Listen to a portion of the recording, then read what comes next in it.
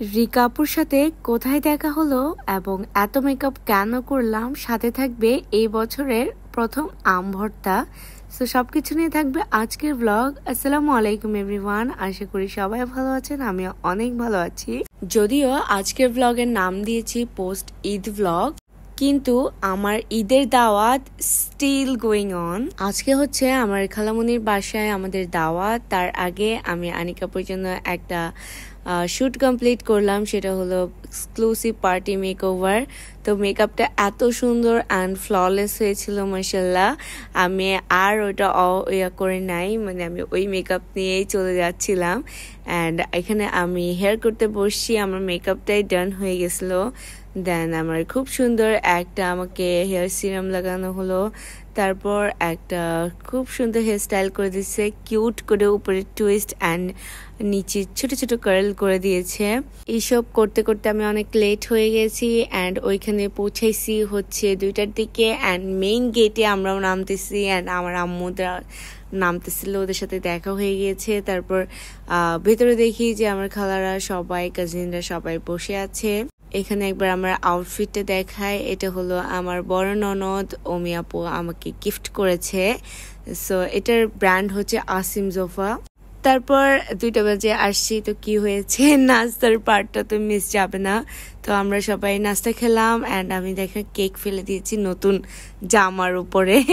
তারপর আমার আপুরা সবাই চলে আসছে অ্যান্ড ওরাও কথাবার্তা বলতেছিল অ্যান্ড আমি সবাইকে একবার মেকআপটা দেখাচ্ছি, খুব সুন্দর, সবাই অনেক তারিফ করছে। সবার লাস্টে আসলেও হচ্ছে কলি আপু, ওই সবার আগে আসবে প্ল্যান করছে, বাট সবার লাস্টে আসছে। ছেলেরা সবাই হচ্ছে ড্রয়িং রুমে বসছে অ্যান্ড মেয়েরা সবাই হচ্ছে বেডরুমে, মেয়েদের জায়গায় বেডরুমে থাকে। অন্য রুমে আমার শাশুড়ি, কলিয়াপুর শাশুড়ি, সব বেআইনরা বসে আছে। আর জানলা দিয়ে এই পিচ্চিগুলাকে আমের ভর্তা বানিয়ে খেতে দেখে আমার ছোটবেলার কথা মনে পড়ছে, মানে অনেক ভালো লাগতেছে ওদেরকে দেখে। অ্যান্ড অন্যদিকে হচ্ছে ছেলেরা সবাই খেতে বসে গেছে।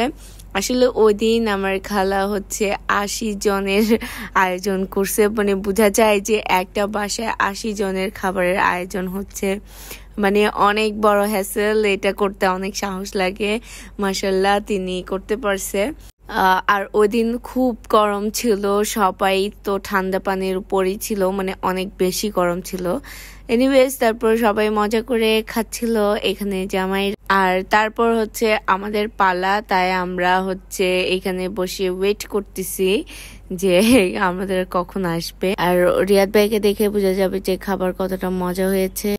আর এখানে একটা কাহিনী বলি, দীপু আর সুজন ভাইয়া নাকি দূর সম্পর্কের কাজিন হয়, যখন তাদের মাদের দেখা হয় ওরা অনেক পেঁচাল দিকে পরিচিত হয়ে যায়। এটা খুব সুন্দর লাগছে। এনিওয়েজ এখন হলো আমাদের খাবারের পালা অ্যান্ড খাবারের আইটেমগুলো দেখেন। মাছের মরিচ খোলা, এটা অনেকে চিনবে অনেকে চিনবে না, বাট এটা হচ্ছে দুরুস অ্যান্ড শুটকি আমার ফেভারেট। তারপর চিকেন ফ্রাই, তারপরে আবার রোস্ট, সালাদ, চিংড়ি অ্যান্ড অনেক কিছু ছিল। আর আমি বেশি করে আমার ফেভারেট শুটকিটাই খেয়েছি, আর হচ্ছে মাছের মরিচ খোলা, এই দুটো আমার অনেক ফেভারেট, এগুলো আমার খুব বেশি ভালো লাগে। তারপর আমরা মজা করে অ্যান্ড আমরা খাওয়ার সময় হচ্ছে কারেন্টটা চলে গেছে, একটু গরম ছিল। এনিওয়েজ খাওয়ার পর আমাদের নজর পড়লো আম গাছের দিকে অ্যান্ড আমরা প্ল্যান করলাম যে আমের ভর্তা বানাবো। এটা হচ্ছে আমার খাওয়া প্রথম, মানে এই বছরের কাঁচা আমের ভর্তা হবে। তো আমি উপর থেকে হচ্ছে মোনা ভাইয়া এগুলা পেরে দিচ্ছে, মানে বাড়ি দিচ্ছে, আর নিচে হচ্ছে আমরা এগুলা কুড়াই নিচ্ছিলাম। অ্যান্ড 3 তলা থেকে আম পড়তেছে, কয়েকটা ভেঙে যাচ্ছে, আবার কিছু কিছু গোটা ছিল। বিশেষ করে টিটু ভাইয়া হচ্ছে ক্যাচ করছে ভালোই। তারপর আমরা সব আম নিয়ে উপরে চলে গেলাম। তারপর স্মৃতি হলো এগুলার খোসা ফেলে দিই, তারপর এগুলো হচ্ছে গ্রেট করলো। গ্রেট করে এখানে আরো অনেক কিছু শুকনো মরিচ, বিট লবণ অনেক কিছু দিয়ে এগুলো মাখালো।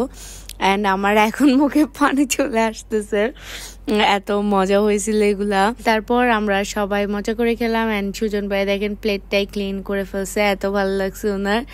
আর স্মৃতি এখানে হচ্ছে সব লাস্টের রসগুলা হচ্ছে আমের রসগুলো গ্লাস করে খেয়ে ফেলছে। ও ছোটবেলা থেকে এটাই করতো, ওর রস এগুলা কাউকে দিত না ওটার ভাগ। ও শুধু নিজেই খাইতো। তারপর কিছুটা আমি দীপুর জন্য তুলে রাখছিলাম অ্যান্ড উনি আর টিটু ভাইয়া খাইছে। টিটু ভাইয়া বেশি খাই নাই, দীপু খাইছে বেশি অ্যান্ড ওরও অনেক মজা লাগছে। অ্যান্ড দেখেন ওর রিয়াকশন, ওর টক তেমন খায় না, বাট এটা দেখেন কেমন করবে। তারপর ওরাই খাওয়া দাওয়ার পর আমরা কিছুক্ষণ আড্ডাবাজি করলাম ওইখানে বসে বসে। অ্যান্ড এদিকে হচ্ছে ছেলেরা এখানে বসে আছে, যেহেতু বারান্দায় অনেক বাতাস চলতেছিল বিকাল টাইমে। অ্যান্ড ওইখানে হচ্ছে বেআইনরা আম্মুরা বসে আছে। অ্যান্ড তারপর সন্ধ্যার দিকে হচ্ছে আবার নাস্তা সার্ভ করা হলো। ছেলেদের খাওয়া দাওয়ার পর আমরা মেয়েরা বসছি নাস্তা করতে, এক ব্যাচ পর এক ব্যাচ এরকম। কারণ আমি এই মিষ্টিটা খেয়েছি অ্যান্ড চা খেয়েছি। কিছু খাওয়া দাওয়ার পর আমরা গেলাম ছাদে। আর এখানে স্মৃতি টিটু ভাইয়ের সামনে একটু দাঁত ফাঁকা দেখে টিটু ভাইকে বলতেছে যে এখানে গরুর দাঁত থেকে একটা লাগাই দিতে পারবে। তো ওইটা নিয়ে ওরা মজা করতেছেন, তর্ক বিতর্ক করতেছে। অ্যান্ড এদিকে দুইটা খালাতো ভাই মেলায় হারিয়ে যাওয়া দুষ্টামি করতেছে। দেন স্মৃতিরা হচ্ছে চলে যাচ্ছিল অ্যান্ড সবার থেকে বিদায় নিয়ে নিছে। তারপর যে যার মতো খোলা হাওয়া এনজয় করতেছে। তখন হচ্ছে ওয়েদারটা খুবই স্নিগ্ধ হয়ে গিয়েছে, মানে অনেক ভালো লাগতেছে। সারাদিনের গরমের পর একটু ঠান্ডা হাওয়া, মানে অনেক মজার ছিল। দেন ছাদে বসে বসে সবাই একদিকে গল্প করতেছে আর অন্যদিকে দুইটা দুলাভাই মিলে একটা শালিকে মারতেছে। এটা খুবই খারাপ ছিল। তারপর হচ্ছে কোলে আপু বিদায় নিয়ে নিছে অ্যান্ড আস্তে আস্তে সবাই বিদায় নিয়ে আমরাও বিদায় নিয়ে চলে আসলাম। এসেই আমার শ্বশুর বাড়িতে আরেকটা ইনস্ট্যান্ট প্ল্যান, সেটা হলো সবাই ডিনার করতে যাব বাইরে। রেস্টুরেন্ট যাওয়ার পথে আমার দেখা হলো আমার ফেভারিট রিকা আপু অ্যান্ড সাকিব ভাইয়ের সাথে। তারা মার্শাল্লাহ অনেক ভালো ওয়েল বিহেভ ছিল অ্যান্ড মার্শাল্লাহ অনেক সুন্দর ছিল রিকা আপু। সবার আগে অর্ডার প্লেস করে আমরা গ্রুপ পিকচার্স নিলাম। দেন হচ্ছে ভুবন বেড়া পিকচার নিচ্ছিল অ্যান্ড আমি ওকে ডিস্টার্ব করতেছিলাম, বাট আনিক আপুর কাছ থেকে বকাটা ওই খাইছে।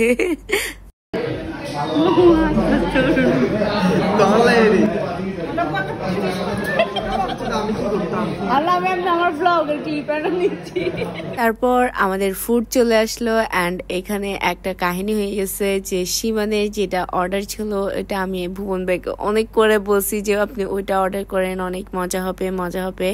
বাট ভুবন ভাই আমাকে ট্রাস্ট করতে পারছিল একটু করে। ও অর্ডারটা দিছিল আবার ক্যান্সেল করে ও পেরি পেরিটাই নিলেও মেক্সিকান ক্যান্সেল করে। বাট সীমানেরটাই সব থেকে সুন্দর ছিল, মজাও ছিল অ্যান্ড দীপুরটাও মজা ছিল, আমাদেরটাও ছিল ওকে আর কি। কিন্তু ঠকে গেল হচ্ছে আমাদের শিমলা আপু অ্যান্ড রাফিয়া, ওদেরটা ছিল একদমই লোয়েস্ট। বাট সীমানে এবার জিতে গেছে সব দিক দিয়ে অ্যান্ড ওকে আমি জুম করে দেখাচ্ছি। এনিওয়েজ তারপর হচ্ছে আমরা খাওয়া দাওয়া এনজয় করলাম অ্যান্ড এখানে ভুবন ভাই দেখাচ্ছে কিভাবে ফক ইউজ করে হাড্ডি খেতে হয়। তো ওটাই সবাইকে শেখানো হচ্ছে এখানে। কোনে সে ঢুনকে খাওয়া। তারপর আমরা খাওয়া দাওয়া শেষ করে সবাই রিল্যাক্স হয়ে কিছুক্ষণ বসলাম অ্যান্ড ছবি টবি তুলে আমরা বাসার জন্য বের হয়ে গেলাম। So that is it for today guys. Allah Hafiz.